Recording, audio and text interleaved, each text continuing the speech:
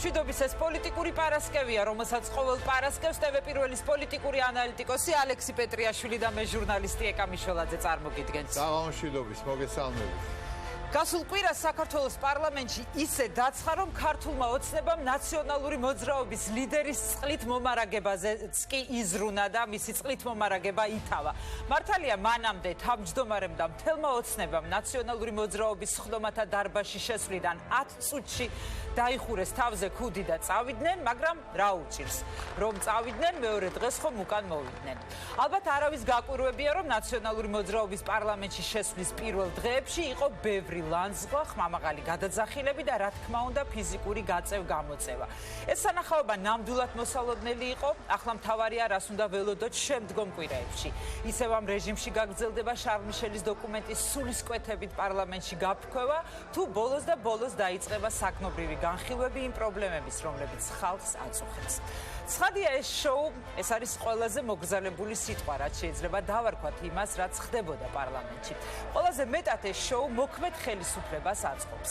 ხელისუფლებას, რომელიც თავის დროზე ხელისუფლებაში მოსვლამდე გვპირდებოდა გასაოცარ დემოკრატიას და მივიღეთ არაფორმალური მმართველობა. გვპირდებოდა უკეთეს ცხოვრებას და მივიღეთ ტოტალური სიღარიბე. გვპირდებოდა თავისუფლად სუნთქვას და მივიღეთ პოლიტიკური დევნა. ხელისუფლებას, რომელიც ძალაუფლების შენარჩუნების დაუოკებელი ჟინითაა შეპყრობილი და ამას არც მალავს, მეტიც რეფერენდუმად წოდებულ მოახლოებულ თვითმმართველობის არჩევნებზე 53%-ის მიღებას აანონსებს პრემიერი ღარიბაშვილი. ამ ხელისუფლების საპარლამენტო უმრავლესობა კი პარტიებს აშინებს, რომ თუ როდისმე გაყალბებულ არჩევნებზე სიტყვას კიდევ დაძრავენ, საბიუჯეტო დაფინანსებას კანონით შეუზღუდავენ. არსებობის წყაროს გადაუკეტავენ. აწყობს ეს იმ ხელისუფლებას, რომელიც მიშელის შეთანხმების დოკუმენტში ჩაწერილ ამნისტიის კანონს საკუთარ თავზე წარმატებით ირგებს. აწყობს პირველ რიგში იმიტომ, რომ ნაკლები იყოს საუბარი ჩვენი მოკვდავი ადამიანების წინაშე მდგარ უმწვავეს პრობლემებზე. აწყობს იმიტომ, რომ საკუთარ ამომრჩეველთან თავი მოიწონონ. ნახეთ, ამ სიტყვას ისეთი სიხშირით იმეორებენ, ალბათ დრო რომ გავა ცოტა ხნით მაინც ამოსაღები იქნება ლექსიკონიდან. რა ყოჩაღები ვართ, რა მაგრად დავუხვდით ნაციონალურ მოძრაობას და ნაცებსო. და ბოლოს აწყობს მას, ვინც ყოველთვის ცდილობდა ხალხის დარწმუნებას, რომ არც პრეზიდენტის, არც პარლამენტის და არც სხვა სახელმწიფო ინსტიტუტი წარმოადგენს რამეს ამ ქვეყანაში. რაც მეტი იქნება პარლამენტში, იწილო-ბიწილო, ლანძღვა, ბოდიში ამ სიტყვისთვის ღლიცინი, მაგალითად მანქანებში სენსორების დამონტაჟებაზე, პარლამენტში ფსიქიატრისა და ფსიქოლოგის შტატის დამატებაზე, მით უფრო აისრუებს ხალხი პოლიტიკაზე და პოლიტიკოსებზე გულს. არც აქამდე გიждდებოდნენ და ამ ყველაფრის შემხედვარე ხომ ყოველ მეორე Facebook სტატუსში, ქუჩაში თუ სამზარეულოს გარჩევებში ერთი და იგივეს მოისმენთ, თქვენს გაგიგონიათ ალბათ. ნახეთ რას გავს პარლამენტი, ამაში ვიხდით გადასახადებს, ესენი არიან ხალხის რჩეულები, დანახვა არ მინდა პოლიტიკოსების, ყველა ერთია, გაგონება არ მინდა პოლიტიკის და ასე შემდეგ. გნებავთ კონსპიროლოგიაში დამდეთ ბრალი, მაგრამ მე ასე ვხედავ. ეს სანახაობას რომ სანახაობა იყოს და არაფერი სხვა, სწორედაც რომ ძალიან კარგად დაგეგმილი სცენარის ნაწილია. ვინ თავისინებით მონაწილეობს, ვინ უნებლიეთ, ვინ მოხალისეთ და ვინ დამატებითი ანაზღაურებისთვის. ამ დროს ხალხს უნდა პასუხები, რატომ შემცირდა 16 წლიან ისტორიულ მინიმუმამდე პირდაპირი უცხოური ინვესტიციები, რატომ ზვირდება ყოველდღიურად სურსათი, წამალი და კომუნალური გადასახადი, რატომ იხურება ფერმები, რატომ არჩევენ მეწარმეების საქმეებს არა მოსამართლეები, არამედ კანონიერი ქურდები და ქურდული სამყაროს წევრები. სამართლიანობისთვის უნდა ითქვას, რომ პოლიტიკოსების ძალიან მცირე ნაწილი ცდილობს შექმნას განსხვავებული პოლიტიკური დღის წესრიგი. ისაუბროს მოქალაქეთა სოციალურ-ეკონომიკურ პრობლემებზე, ეკონომიკის სხვადასხვა სექტორებში არსებულ მდგომარეობაზე. ჩვენ ამას მხოლოდ მივესალმებით, თუმცა იმასაც ვიტყვით, რომ მედიისთვის პასუხისმგებლობის გაზიარება იმაზე, რომ დღის მთავარ თემებად შიდა პოლიტიკური ამბებია და არა სოციალურ-ეკონომიკური თუ საგარეო და უსაფრთხოების გამოწვევები, ნამდვილად არასამართლიანია. ჩვენ მხოლოდ მივესალმებით მათი მხრიდან ამ პრობლემების და რაც მთავარია, მათი გადაწყვეტის გზების შესახებ პოლიტიკოსების ინიციატივებს. ბუკა, საინტერესოა შენ როგორ ფიქრობ, რა უნდა იყოს საზოგადოების და სად უნდა იყოს გადატანილი, რა უნდა იყოს საზოგადოებასა და პოლიტიკოსების ყურადღების ცენტრში? და რა არის სინამდვილეში? ხადია ეკა, პირველი და უმთავრესი ჩვენი მოქალაქეების წინაშე მდგარი პრობლემებია, რაზეც უნდა ისაუბრონ პოლიტიკოსებმა და როგორც სწორად აღნიშნე, გადაწყვეტის გზები უნდა შემოგთავაზონ, მხოლოდ საუბარი და პრობლემის აქტუალიზაცია არ არის საკმარისი, ბუნებრივია, მაგრამ მე როგორც წინა ცხოვრებაში დიპლომატს მართლა გული მწყდება, რომ სოფლიოს ყურადღება დღეს დიდი შვიდეულის და ნატოს სამიტების აგრეთვე ბაიდენის და პუტინის შეხვედრისკენ არის მიმართული იქ, სადაც უნდა განიხილებოდეს საქართველოს მთავარი პრობლემა, ჩვენი ტერიტორიების ოკუპაცია რუსეთის მიერ და ჩვენი ქვეყნის მთავარი საგარეო პოლიტიკური მიზანი ნატოში გაწევრიანება.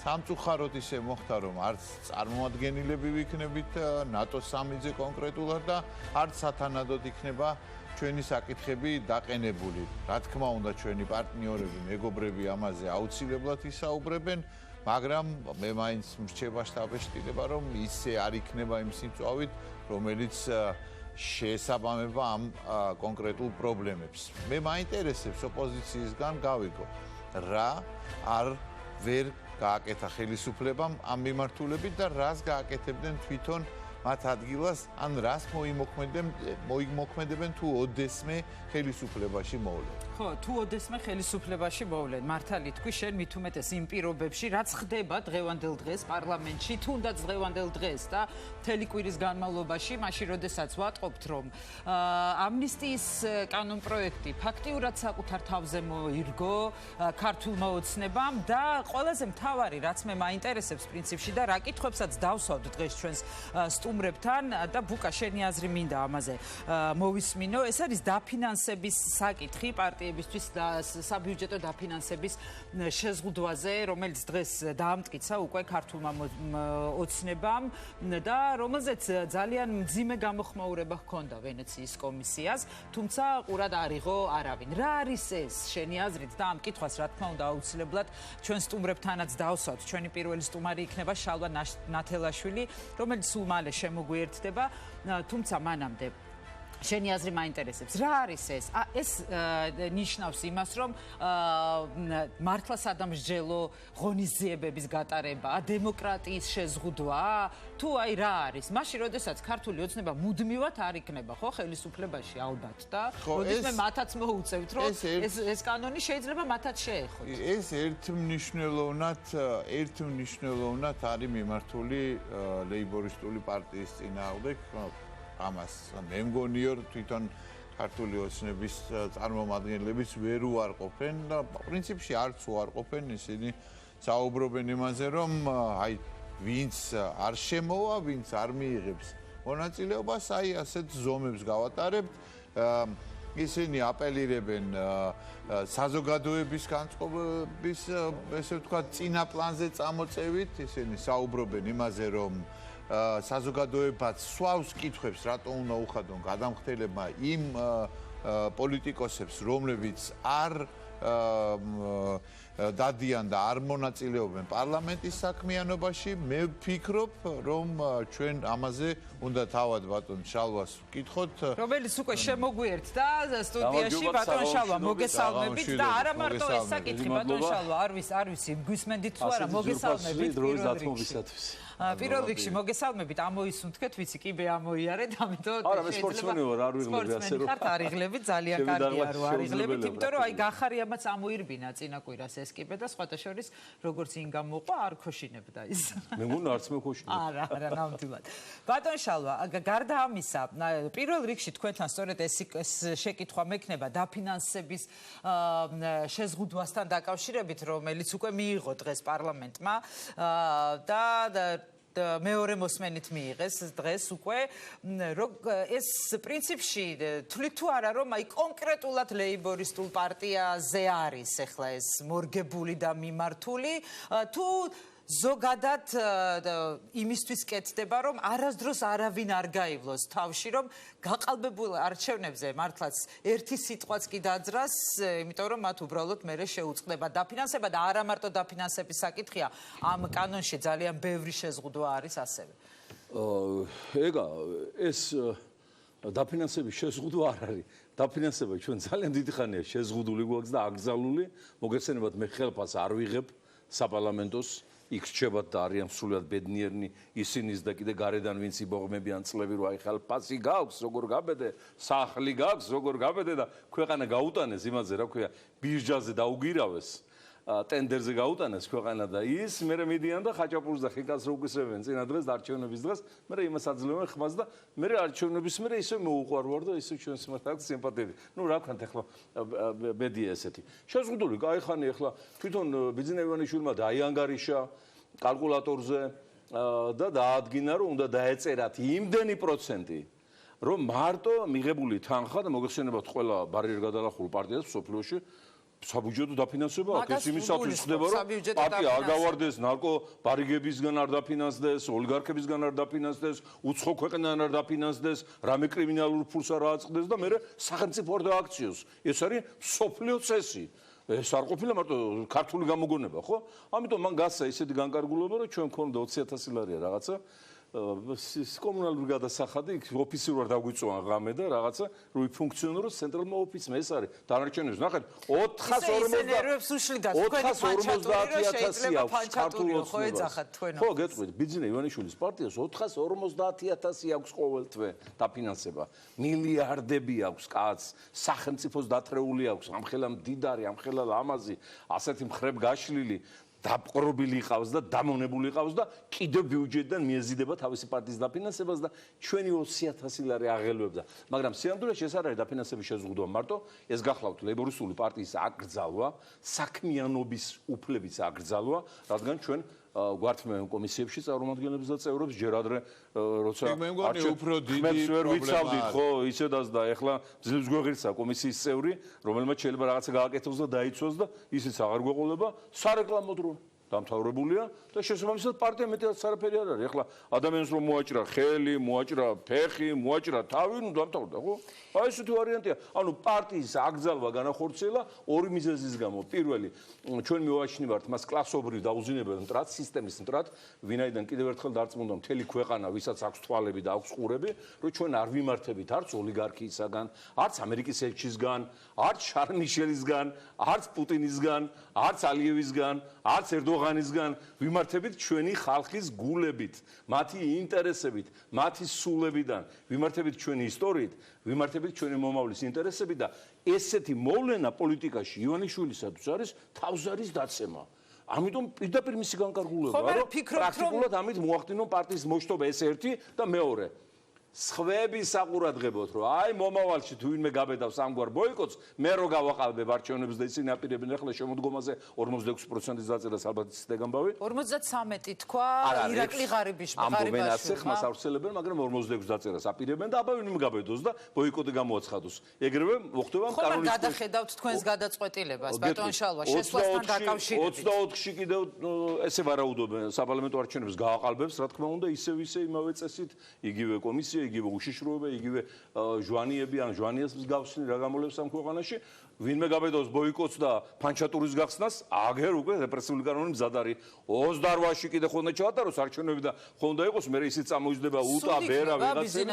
ეს აქვს გაცვლილი. ფაქტობრივი მონარქიის დაკანონება უნდა, ამიტომ ეს კანონი არის პირველი სერიოზული ოფიციალური სიგნალი, რის გამოც მე ჩემს კოლეგებს, ძვირფასებს, მეგობრებს, ყოფილ თანამებრძოლებს მივმართავ კიდევ ერთხელ მეგობრებო გამოდით მაგ სამარცხვინო პარლამენტიდან გამოაცხადეთ ისე პოლიტიკური ბოიკოტი აღვადგინოთ ჩვენი საკონსულტაციო ფორმატი და მთელი მსოფლიო დადგება ფეხზე როგორც კი დაინახავენ რომ რეჟიმმა რუსმა ოლიგარქმა უსახო არამზადა ოლიგარქმა ხელშეკრულებით ნაკისრი ვალდებულებებიც კი დაარღვია და რაც ეწერა შარლ მიშელის ვალდებულებებში უკუღმა შეასრულა კერძოდ მეორე დღესვე მიიღო კანონი რომ მშვიდობიან მომიტინგეს ჯარი მისასვლელად ციხე ეს ხო ფაქტია რა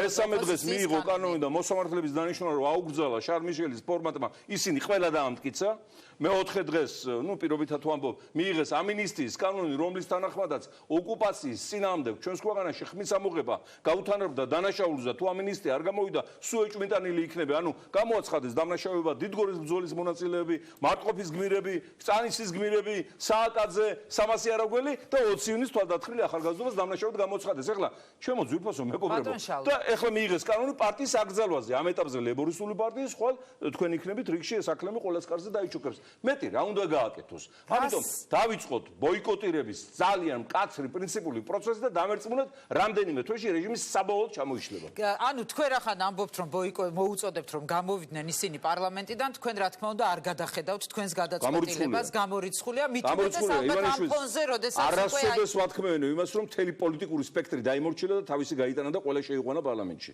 ამას არ ვათქმევენ, თუნდაც სიცოცხლის გაწირვა დამჭირდეს.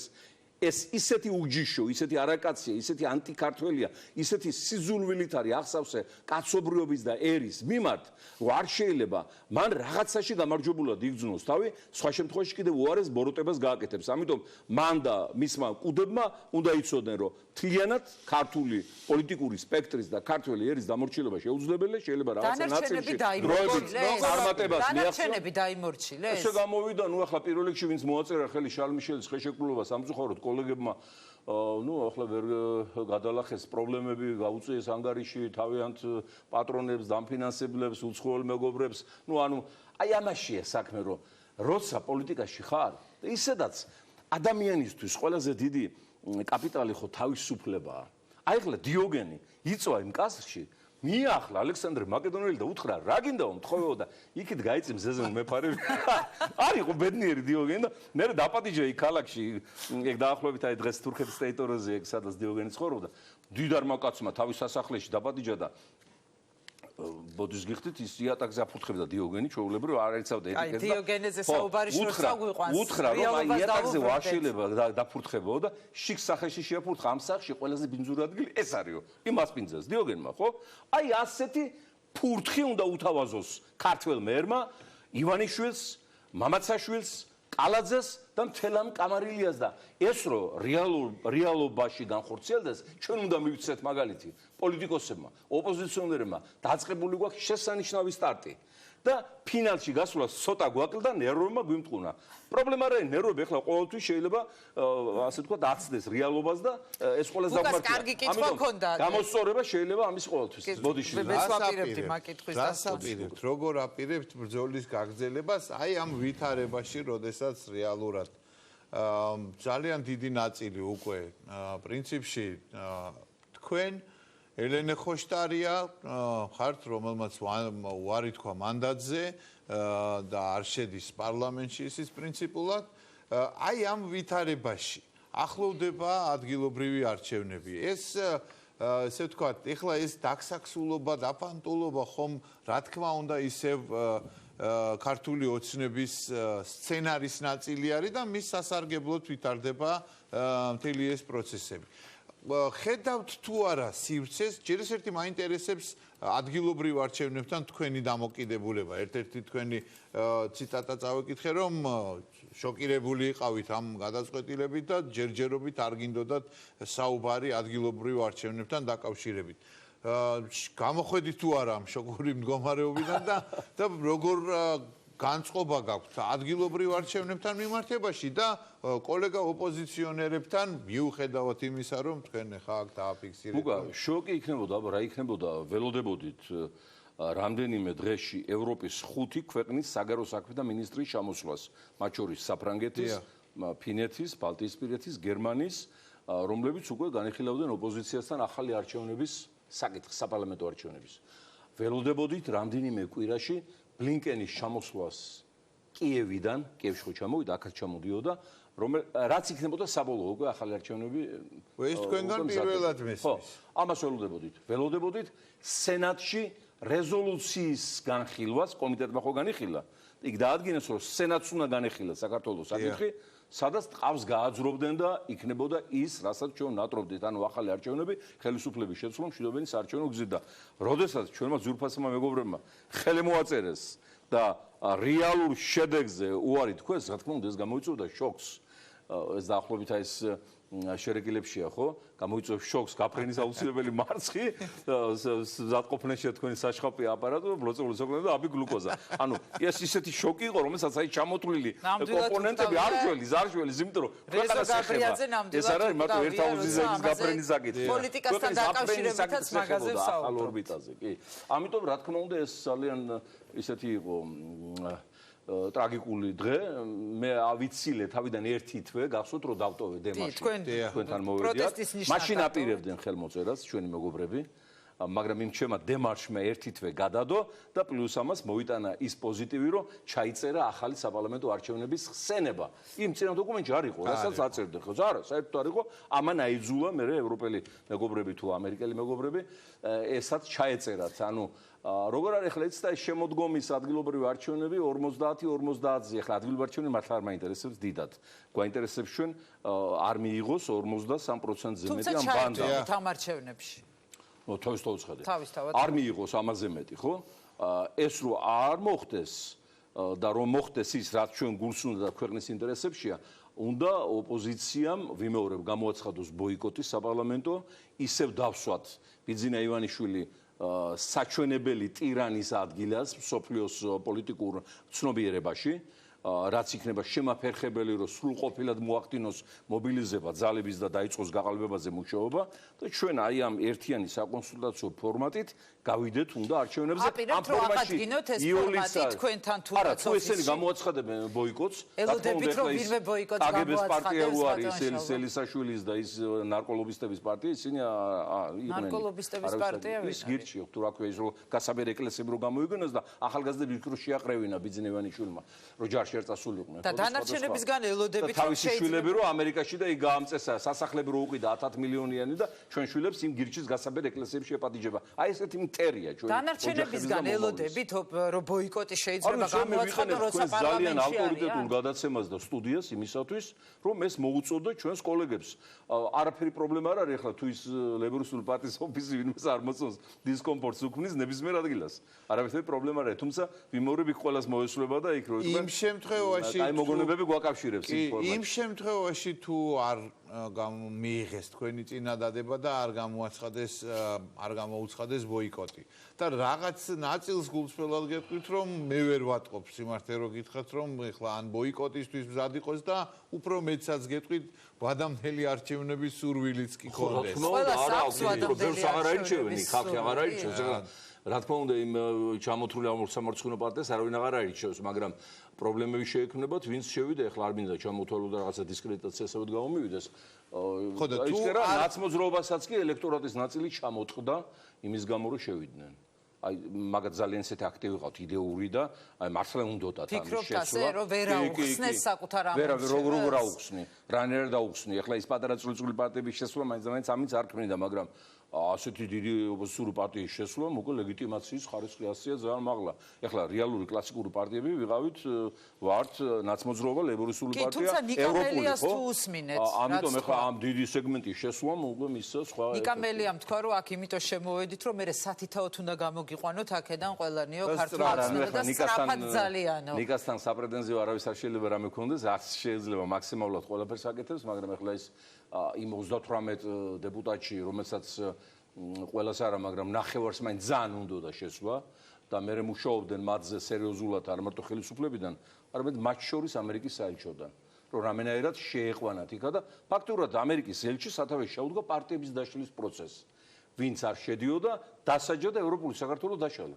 პირველად იმუშავა აი იმ ის რო არის აჭარელი ნაკაიძე, იმ ახვლედიანზე, იმას ვინ შევიდა ევროპული საქართველოსთან, გიგამ გაუწია წინააღმდეგობა და ვერ მოტეხა და მე პარტიებზე გავიდნენ. ახლა ჩვენთან ეგ საშუალება არ ქონდა თუ რა იმუშავებდა. ამიტომ მე აუცილებლად დავაყენებ ვაშინგტონში საკითხს, რატოა დაინტერესებული დიდად პატრიოტული ამერიკის შეერთებული შტატების ელჩი იმისათვის რომ გადაარჩინოს რუსი პირდაპირ გაგებით ოლიგარქის რუსეთის პრეზიდენტის დასმული რეჟიმი საქართველოში. თუ ეხლა რაღაცა გარიგება დაიდო, ეხლა ანტიამერიკანიზმს ვერავინ დაამბრალებს, ჩვენ ვითხოვთ ამერიკული სამხედრო ბაზის გახსნას. ახლა მე რა მოვითხოვო? შტატად არ მიგვიერთებს, თორე კი ბატონო, ამასაც მოვითხოვდი, ხო? ამას ვერ დაამბრალებს, მაგრამ შოკია, ეს უფრო მეტი შოკია, როდესაც დავინახეთ, რომ ამერიკის ელჩი ლობირებს ბიძინა ივანიშვილს და პრაქტიკულად გადაარჩინა რომ არა ამ ელჩის თავდადება და ამერწმუნეთ დღეს იქნებოდა ერთპარტიული პარლამენტი და დღეს იქნებოდა ახალი არჩევნები გაცხადებული. თუ ეხლა რაღაცა გარიგება დადებული რუსეთს და ამერიკას შორის რომ თქვათ აი საქართველოს ასე თქვათ საჯილდოო ქვად გამოიყენონ როცა დაჭირდება და შემდგომ უკვე სფეროები და ინტერესები გაიყონ და იქ რუსული ოკუპაცია დარჩეს ადგილზე ნატოში არ მიგვიღონ და აქ არჩევნების დროს მოხდეს რუსული რეჟიმის შენარჩუნება, მაგრამ ამერიკის ელჩისგან რეკომენდირებული დეპუტატების შეუშვა პარლამენტში. მე მგონი ძალიან შეთქმულების თეორია. არა, შეთქმულების თეორია როგორ არის ახლა ხელაშვილები და ისინი, ჩუგოშვილები და ისინი ამერიკის ელჩის ჩაწერილები არიან იმ სადეპუტატო სიაში ქართულ ოცნებში. ჩუგოშვილი რომელი? აი წინაზე იყო ჩუგოშვილი, ის ამერიკის ელჩის კანდიდატურა იყო სულ და ეხლა მე მინდა უთხრა ახლა ამერიკის ელჩს და თქვენ შეხვედრი ხართ აი ბუკას სწორი კითხვა ქონდა. პირადად შეხვედრი ხართ ამერიკის ელჩს? გასვია შეხვედრი ვეგერა 7-თო გოჭიდა რომ პარლამენტში არა კი მაგრამ ერთ-ერთზე თუ ერთ-ერთზე ჩვენ მოვიწვევთ ამერიკის ელჩი როგორც კი დანიშნეს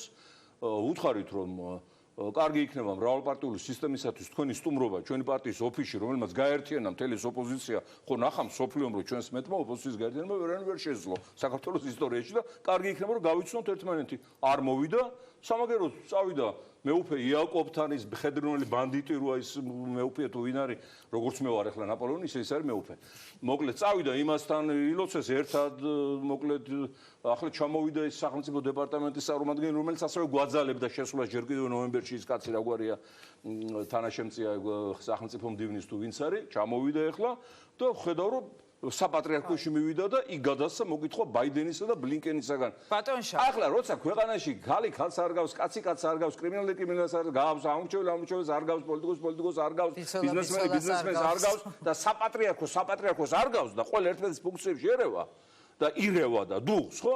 აი ესეთი არაულობა და ქაოსია. თვითონ მე ამერიკელების გამყურებია რა უნდათ იმ რა ქვია ისეთ სფეროებში, რომელიც პოლიტიკას არ უკავშირდება, მოსულიყო მაპატიეთ პარტიის ოფისში ეს სახელმწიფო დეპარტამენტის წარმომადგენელი ელჩთან ერთად და ეკითხა რომ აბა რატო არ შედიხარ პარლამენტში? შეიძლება ხო რა ქვია ამ კაცს? რიკერი იყო ნოემბერში გვაძალებდა შესვლა. პომპეომ რო დატოვა აქ იმათ დაგვიძახა იმ შერატონ მეტეხი პალატაში და მოკლედ გვაბურთავა რომ შესულიყავი და არ შევედით, ნუ მაშინ ჯერ კიდევ ჩემი სიტყვა ჭირდა ოპოზიციაზე და სხვა თემებსაც მინდა რომ შევეხოთ. მათ შორის ელისაშვილიც იქ იჯდა და არ შევიდა არც ის მაშინ. ბატონ შალვა, სხვა თემებს მინდა შევეხო, მაგრამ დაფინანსების საკითხზე ერთი კითხვა დამრჩა და ის მინდა კითხოთ.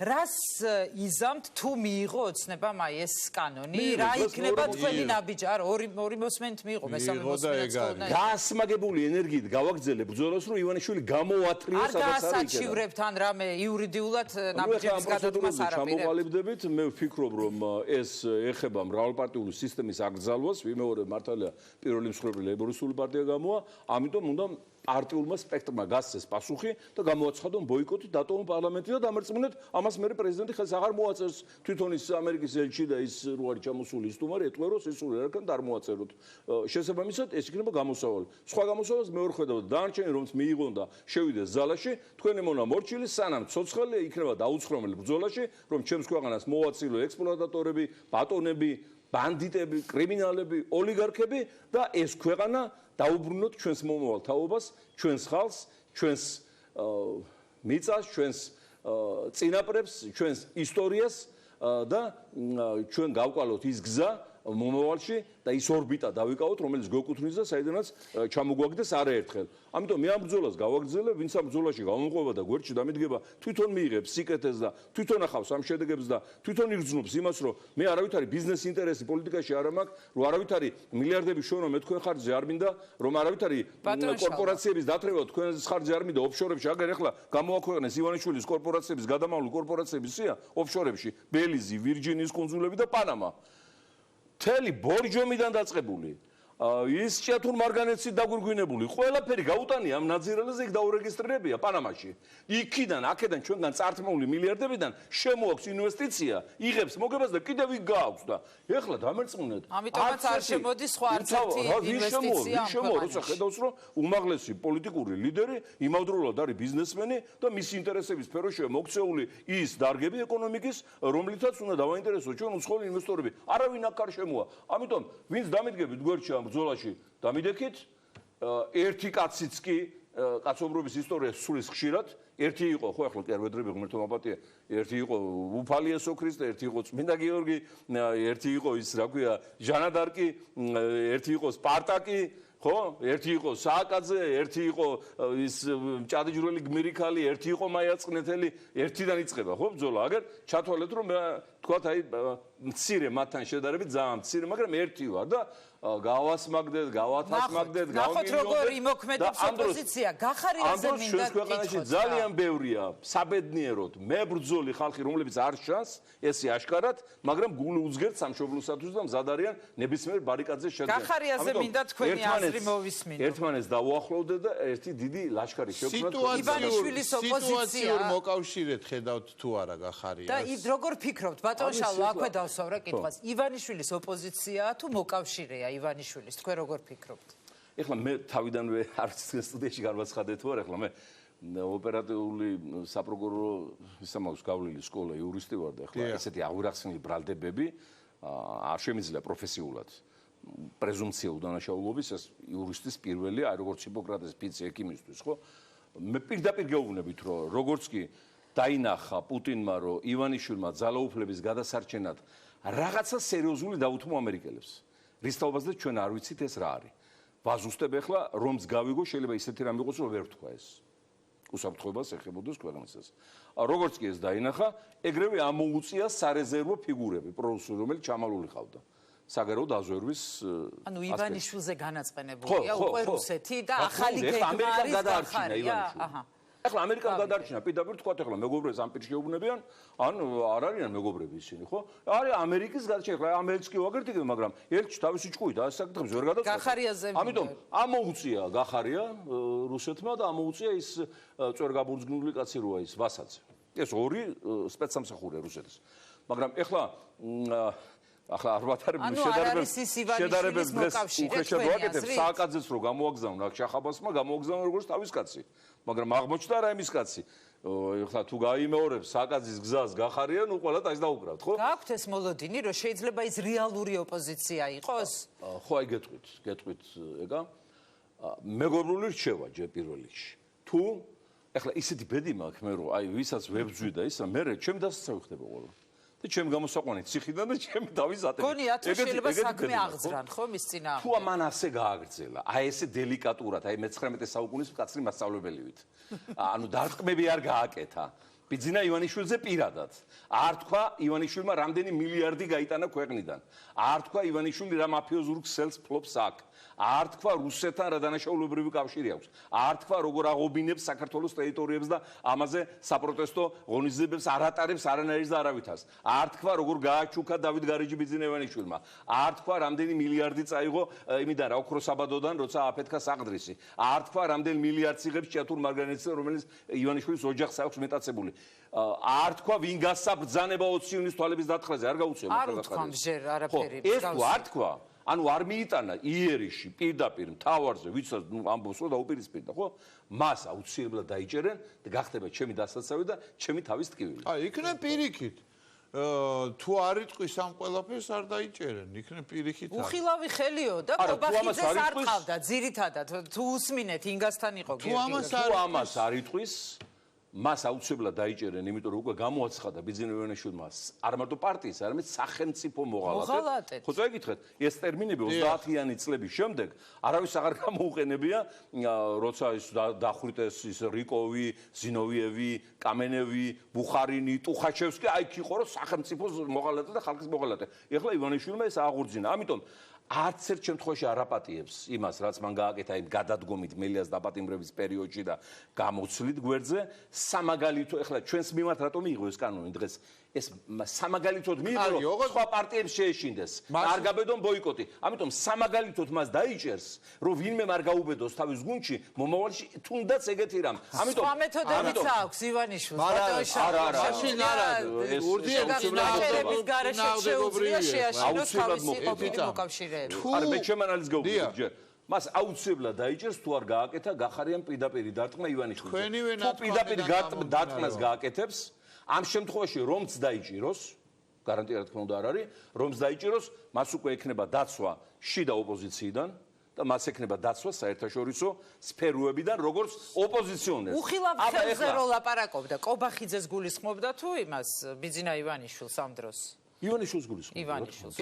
მაგრამ ასეთი კულტურული იმას აქვს ბაშმაჩკინის პერსონაჟი, ძალიან ინტელიგენტი კანცელერიაში რომ მუშაობდა ეს ბაშმაჩკინი და რაღაცა და ბაშმაჩკინობა პოლიტიკაში არ მოსულა რა, ეხლა რო გამოდიხარ კოლიზეიში რო გამოდიოდნენ გლადიატორები, ეხლა იქ რო დაეწყოთ რომ აბა რებიატა დავაიწეს ჯის დრუჟნა მოდი კოტლეოპოლდობა, ხო? დაიშლებოდა მაყურებელი. ანუ გამოდიხარ რინგზე, უნდა დაანთო ცეცხლი და არა და მაშინ დაგიკეთებენ იმას რაც უნდათ და არავინ არ დაგიცავს. ეხლა მე ვერ დავიცავ, რომ დაიჭირონ და ვერ ვიყო, რომ გაალებული ებრძოდა რეჟიმს. ნუ გადაგდა. ანუ რა გამოდის, ბოლოს შეკითხვა თუ უნდა დავასრულოთ, რა გამოდის მაშინ, რომ რუსეთის სპეცსამსახურების მიერ წამოწეულ კანდიდატურებს დაარტყავს ასეთი სისასტიკით ბიძინა ივანიშვილი?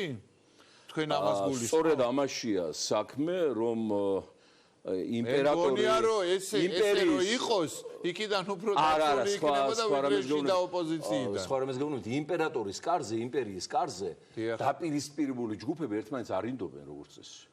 დაუნდობელი ბრძოლა მიდის. აქ მოსკოვს ეკომდებარებოდა საბჭოთა საქართველოს და გაჟლიტეს ერთმანეთი, ხო ხედავთ? რამდენი ცეკას დივანიც მოდიოდა, იმდენი იჭერდა, ხრეტავდა. მოცემებაშიც არ არის თვითონ მოსკოვი ვერშველი და აგერ ახლა ის კობახიძე იყო ისნის აღმოსკომის თავმჯდომარე ცხონებული, ნუ ღვთამზე გამოიჭირეს რაღაცა ბინების გაცემაზე. მიუხედავად იმისა, რომ მოსკოვიდან ზარები გაკეთდა, მას ყავდა თავისი ჯგუფი, შევარნაძესთან მაინც დახვრიტეს. ვიცით და გამბავე. ამიტომ ის რომ ისიც მოსკოვისა და ისიც მოსკოვისა, არ არის გარანტია, რომ ერთმანეთს არ გაანადგურებენ, იმიტომ რომ დაუნდობელი ბრძოლა ხალიჩის ქვეშ, ესენი ბულდოგები არ არიან, ვირთხების, რუსული სპეცსამსახურის ვირთხების. ამიტომ არც არავითარ შემთხვევაში გარანტია არ არის ის, რომ ერთი პატრონი ყავთ, მათი მშვიდობიანი თანაარსებობის. მადლობა. მადლობა დიდი ამას ამბობს სოფლიო ისტორია მე არ ვამბობ. დიდი მადლობა ბატონ შალვა. როგორც ყოველთვის ივანიშვილისგან თავისუფალ საქართველოში გაგვეღვიძოს მალე და ეს კიდევ შესაძლებელია. ისეთი შემართებით ხართ, რომ კოლიზეუმში გასასვლელად მზად ახარ დააშკარა. მე კოლიზეუმში ვცხოვრობ უკვე რამდენი წელი. წარმატებებს გისურვებთ ბატონ შალვა, შალვა ნათელაშვილის ვემშვიდობებით და რეკლამის შემდეგ გიგა ბოკერია იქნება უკვე ჩვენი სტუმარი. გადავცემთ აუცილებლად, ალბათ შეხვდებით კიდეც. გიგასგან გავიგებთ უკვე როგორ ფიქრობს, როგორ აფასებს ის თუნდაც დაფინანსების შეზღუდვასთან დაკავშირებით კანონს. სულ ცოტა ხანში დავბრუნდებით, რეკლამა მალე გაივლის.